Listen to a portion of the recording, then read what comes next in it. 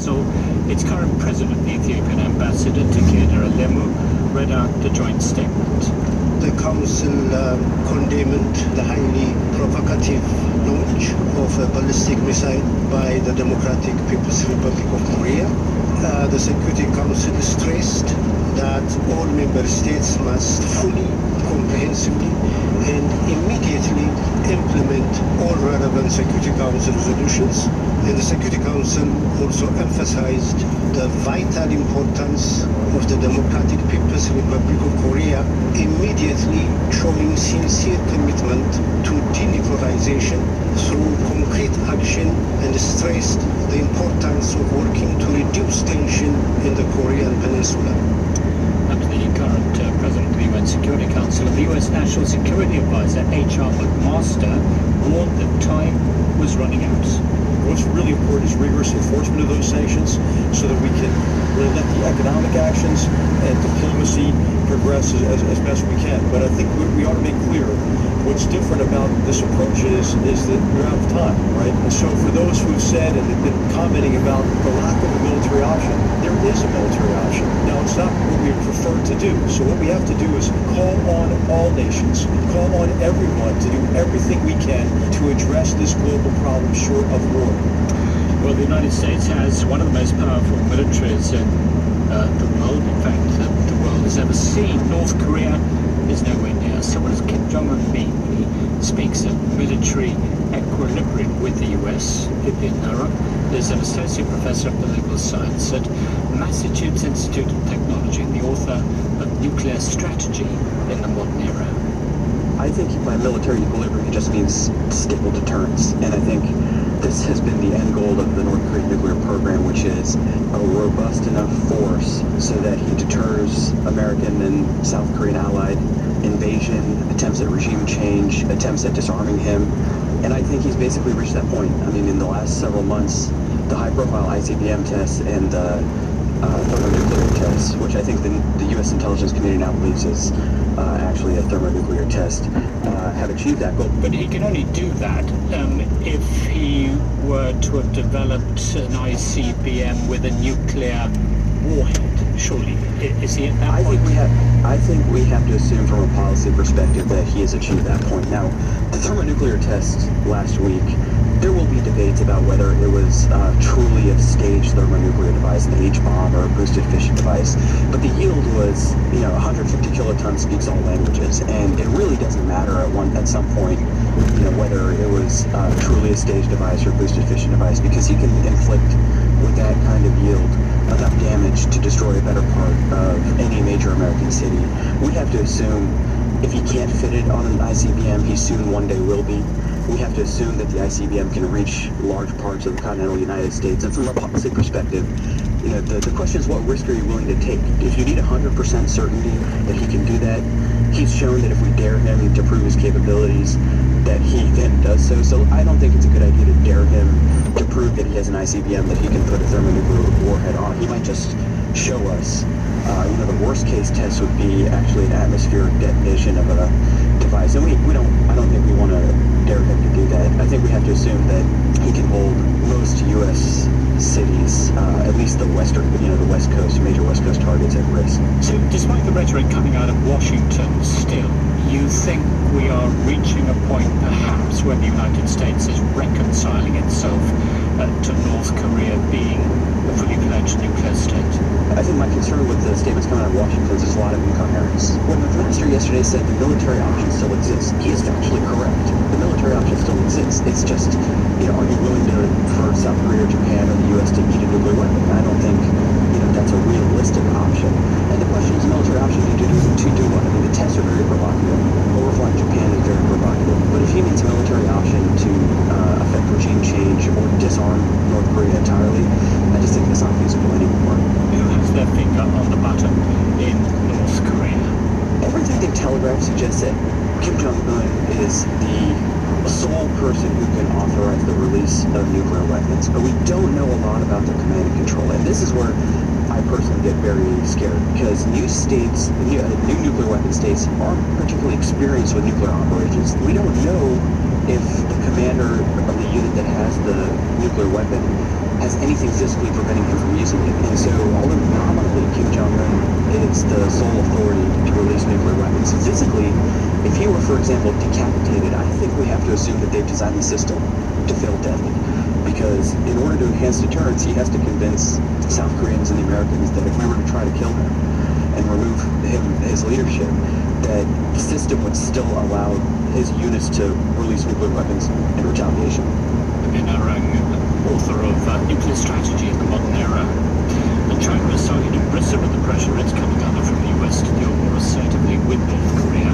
The Trump administration has been looking to China to do more, and the US Secretary of State Rex Tillerson this week urged China and Russia to indicate their intolerance for these reckless missile launches by taking direct actions of their own. But a foreign ministry spokesman in Beijing said China was not to blame for the escalation of tensions and does not hold the key to resolving the Korean nuclear issue.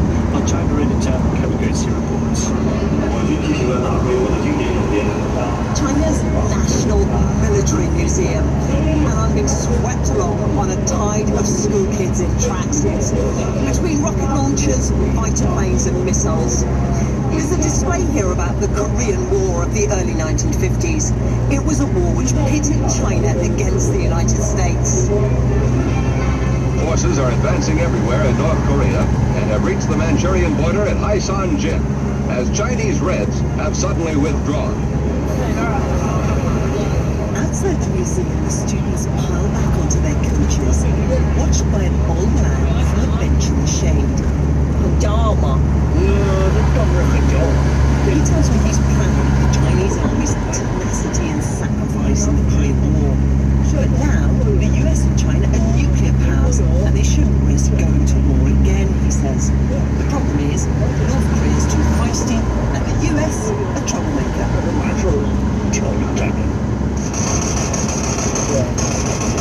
It's a different game of survival in this internet bar. Young men in headsets slumped in front of huge screens.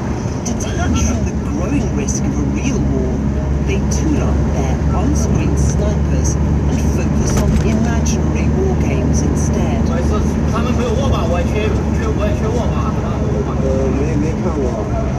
One young man tells me he doesn't pay attention to the news, let alone North Korea. Another gamer takes his eyes off the screen long enough to tell me he's too busy at work to worry about such things. But he does know China's a peace-loving country and doesn't go looking for wars to fight.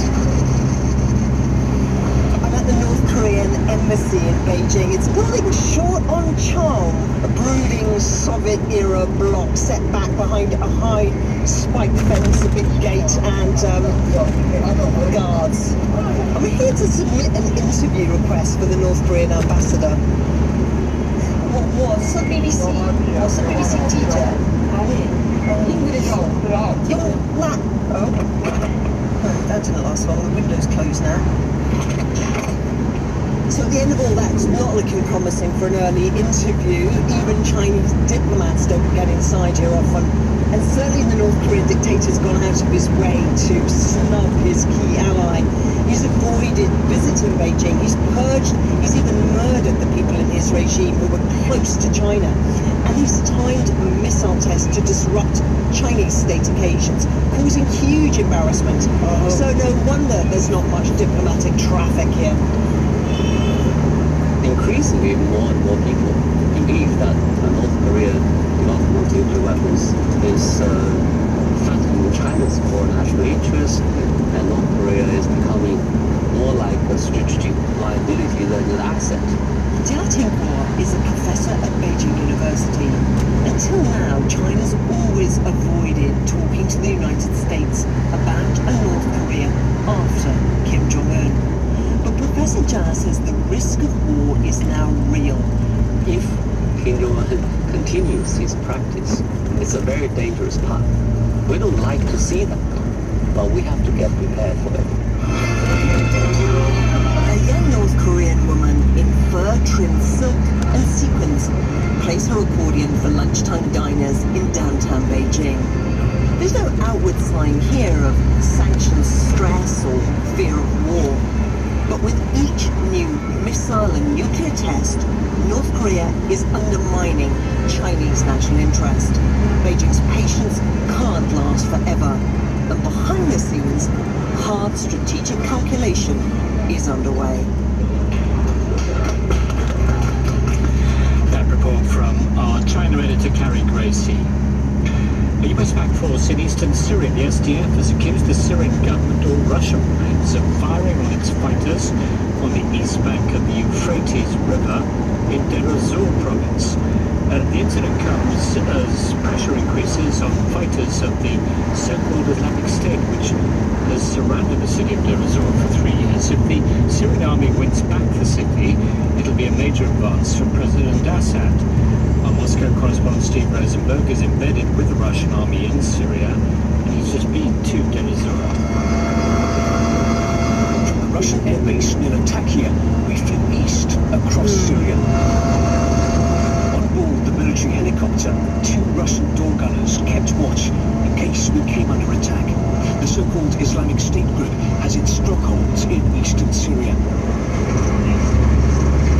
After landing in desert, our journey continued by armoured vehicle until we reached Deir ez-Zor. For 3 years, this city was cut off from the world, surrounded, besieged by IS fighters. Food and medicine drops from planes was the lifeline. But a few days ago, with Russian air support, the Syrian army broke the siege of Deir ez-Zor and pushed IS back. At the local market, this man says, thanks to God, thanks to the Syrian army and the Russian army, Syria is victorious. Still, security remains a concern. We hear occasional gunfire, and black smoke rises in the distance. A mine has exploded. This oil-rich eastern region has been vital to the economy of IS. If the Syrian army can secure complete control over this part of the country, that will be a major victory for President Assad. Our Moscow correspondent Steve Rosenberg, embedded with the Russian army in Syria, who's just visited the city of Deir ez-Zor.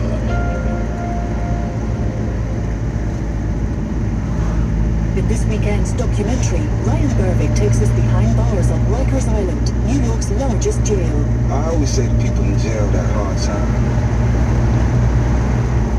We're on Rikers Island, New York's notorious jail. My routine here, wake up, eat, go to school, talk on the phone with family. Our freedom is limited, but we make the best of it while we're here. In my cell, I used to think I'm gonna get it back. Gotta move up, but on my mama, I ain't going back. Okay. We want the students to think about what mass incarceration means. My girl told me to stop doing what I was doing. I'm making this track now because she wrote me in a letter that I gotta go to school. People stay on Rikers anywhere between a day and 6 years. To get them to think differently about what possibilities are out there. Lord, forgive me, Lord, Lord. Please forgive me for myself. Started from the bottom, now I'm here. You use this time wisely. Beats, rhymes and justice. Hip-hop on Rikers Island at bbcworldservice.com/documentaries. A reminder of our top story, the UN says the number of Rohingya Muslims who fled to Bangladesh to escape violence in Myanmar in the past 3 weeks has now passed 400,000. Journalist Gwen Robinson in the Burmese city of Yangon told us how the exodus is being covered there. If you were not reading international media, you would either think that there's not really much problem going on in the West, or you would be convinced that this is some deadly Rohingya terrorists are targeting innocent Buddhist communities in Rakhine State in the West. Also this hour, police in Britain say they made a significant arrest following Friday's attempted bombing of a train in London. And crowds are demonstrating in Catalonia over a threat to arrest hundreds of local mayors who are backing an independence referendum.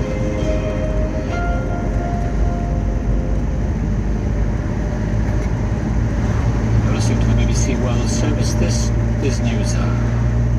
It's a month since a mudslide in the Sierra Leonean capital Freetown buried many hundreds of people. In fact, the figures are staggering. Just over 500 bodies have been recovered, but more than 1,000 people are still unaccounted for. They may never be found under the mud, rocks and rubble.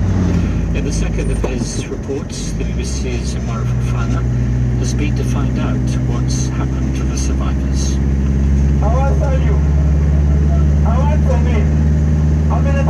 It's roll call time at Malama School, currently serving as accommodation for 500 people left homeless by the floods that live in 5 classrooms and share 1 toilet. They survive mainly on handouts brought in by ordinary people.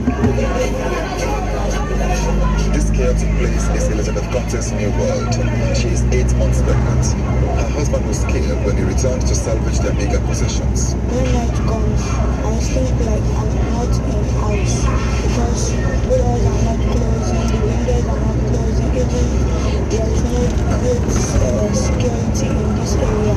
Now she shares a mattress with her sister and 10-month-old niece. Like everyone else at the school, Elizabeth has no savings, no insurance. This is downstream from Mount Sugarloaf, and this is the 4th week since those calamitous events. I can still smell what seems like decomposing flesh.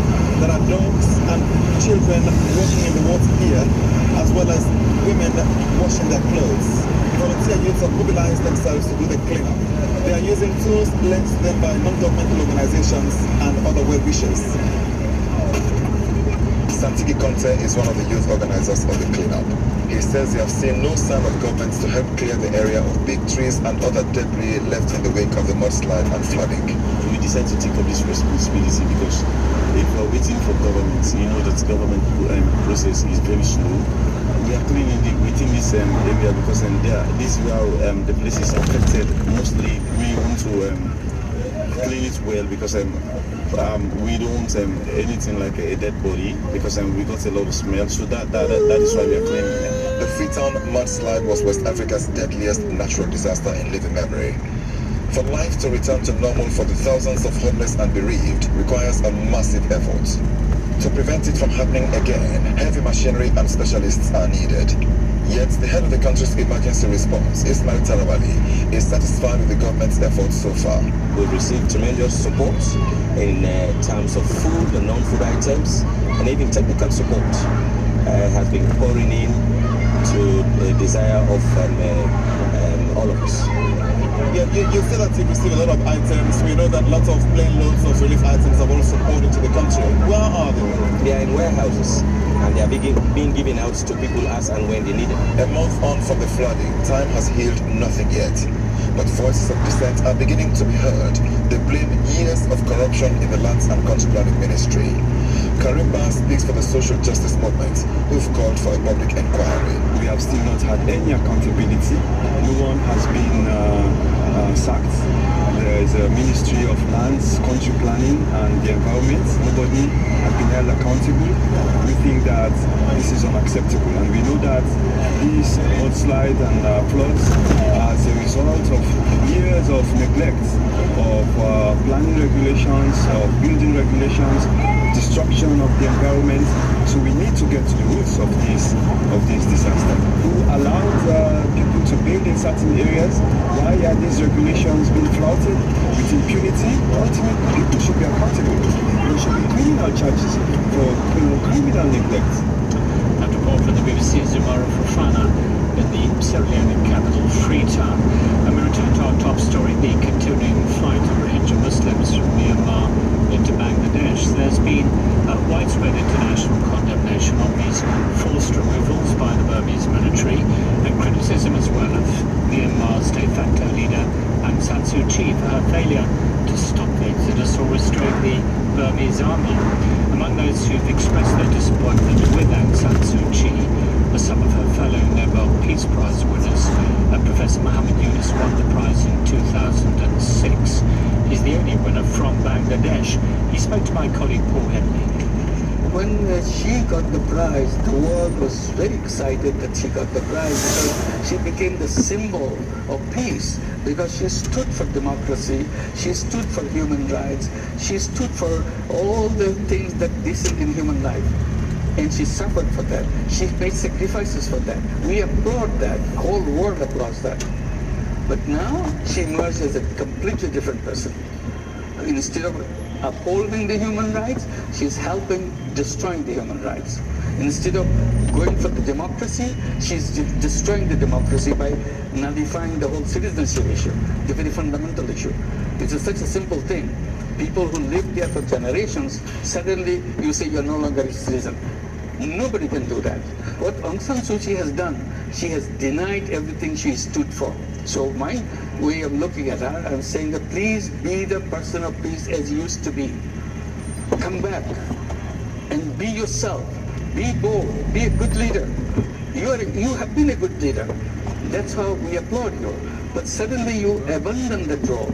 You took the role government or the military has defined for you. That's not the role you are built for. Please be the person you are. Stand up and say, this is what I want to do. If it means more sacrifices, I'll do the sacrifices. Then we applaud you again.